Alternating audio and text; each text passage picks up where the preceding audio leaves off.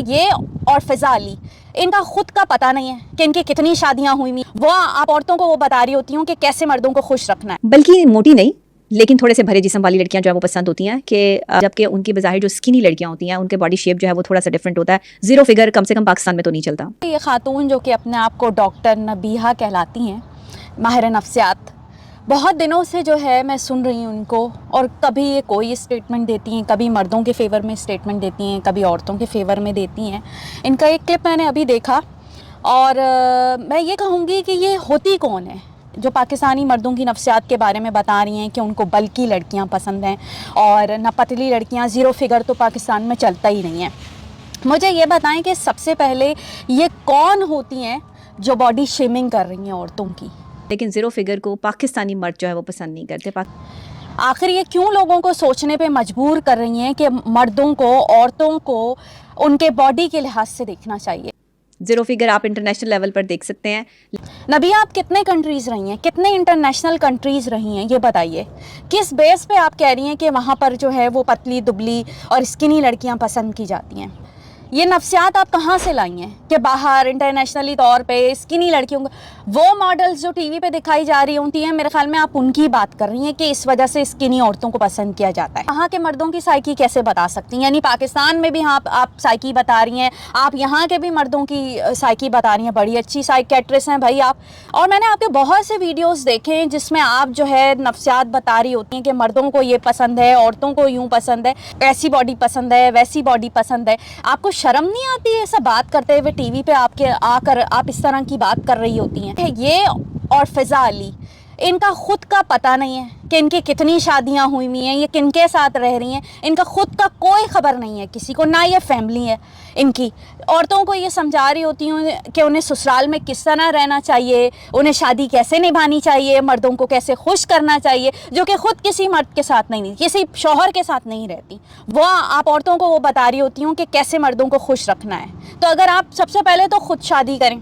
चाहिए आप खुद शादीशुदा नहीं हो, आपको नहीं पता, आप अपनी 2-3 साल शादी जो बताती हैं, आप कितने दिन ससुराल में रही हो, आप कितना शादी आपकी रही है जो आप ये बातें कर रही होती हैं। दूसरी ये कि आप जेनेटिकली भी किसी की फिज़ीक कैसी होती है, किसी की कैसी होती है, क्या किसी को मर्ज लगा हुआ है, क्या ट्रॉमा है फिजिकल उसको। लड़कियां मतलब 60-65 केजी तक लड़की का वजन हो तो उनको पसंद आती है। कितने मर्दों का आपको पता है कि उन्हें 60-65 केजी तक की लड़कियां पसंद हैं? किस तरह आपने मेजर किया है? कमजोर में या माड़ी लड़कियों में आपको कंसीडर किया जाता है, बकरियां कहा जाता है। हाँ। Exactly. लड़कियों को बकरियां कहा जाता है। शर्म आती है आपको थोड़ी सी लड़कियों को किसी जानवर से मिलाते में? यहाँ मैं एनिमल की तौहीन नहीं करना चाहती, लेकिन बात यह है कि आप माड़ी और ये बकरियां, बजाय ये कि आप लड़कियों की एजुकेशन पे बात करो।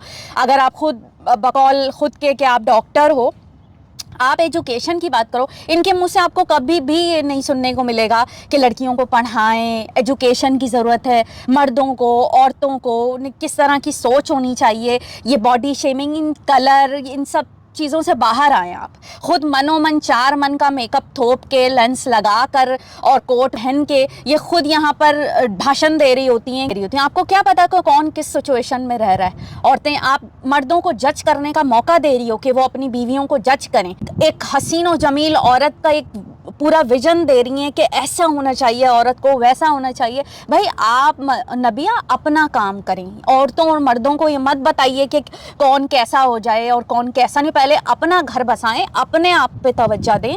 जो एक सेक्सुअली डिजायर्स होती हैं, जो नीड्स होती हैं, उसके लिए ऐसा परफेक्ट बॉडी होता है कि जिसमें आप स्किनी ना हो। इन्हें इस तरह की बातें करते हुए शर्म तो आ नहीं रही है टीवी पे कि आप दुनिया के दूसरे मसाइल को डिस्कस करो। घर के और प्रॉब्लम है, आप इन पे फोकस करिए। ये लोगों का अपना मसला है कि वो किस तरीके से रहते हैं और क्या करते हैं।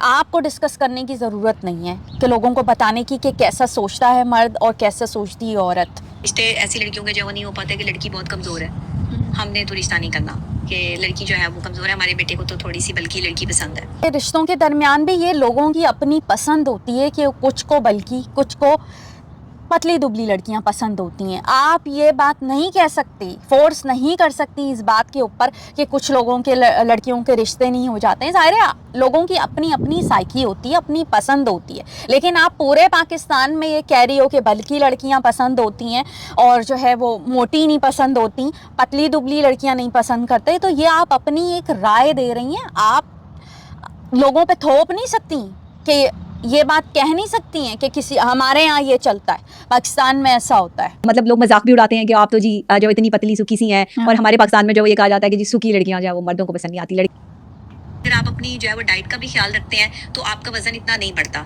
ये बात किसको नहीं पता है कि अब डाइट कंट्रोल रखो तो वेट कम हो सकता है। तो आपको ये पता है कि कौन किस तरह की फेस कर रहा है मुश्किलात को, क्या उसकी लाइफ में गुजर रही है, क्या उसकी बॉडी जो है वो हार्मोनल चेंजेस उसके क्या हो रहे हैं। किसी की फिजिक भी ऐसी होती है, जेनेटिकली बॉडी होती है। आप इनसे कभी एक्सपेक्ट नहीं कर सकते कि ये कोई ढंग की बात कर रही हैं। हमेशा बॉडी शेमिंग, बॉडी की, अरे इनकी बातें इसी तरह की होती।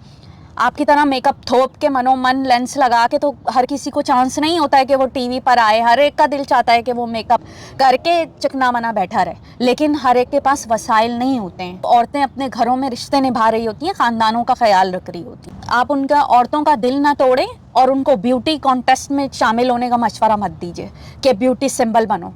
अपना घर देखें, अपना ख्याल रखें। नबिया, आप इस तरह के स्टेटमेंट ना दिया करें औरतों को, तो उन्हें कैसा बनना है। अपने काम से काम रखें। Thank you.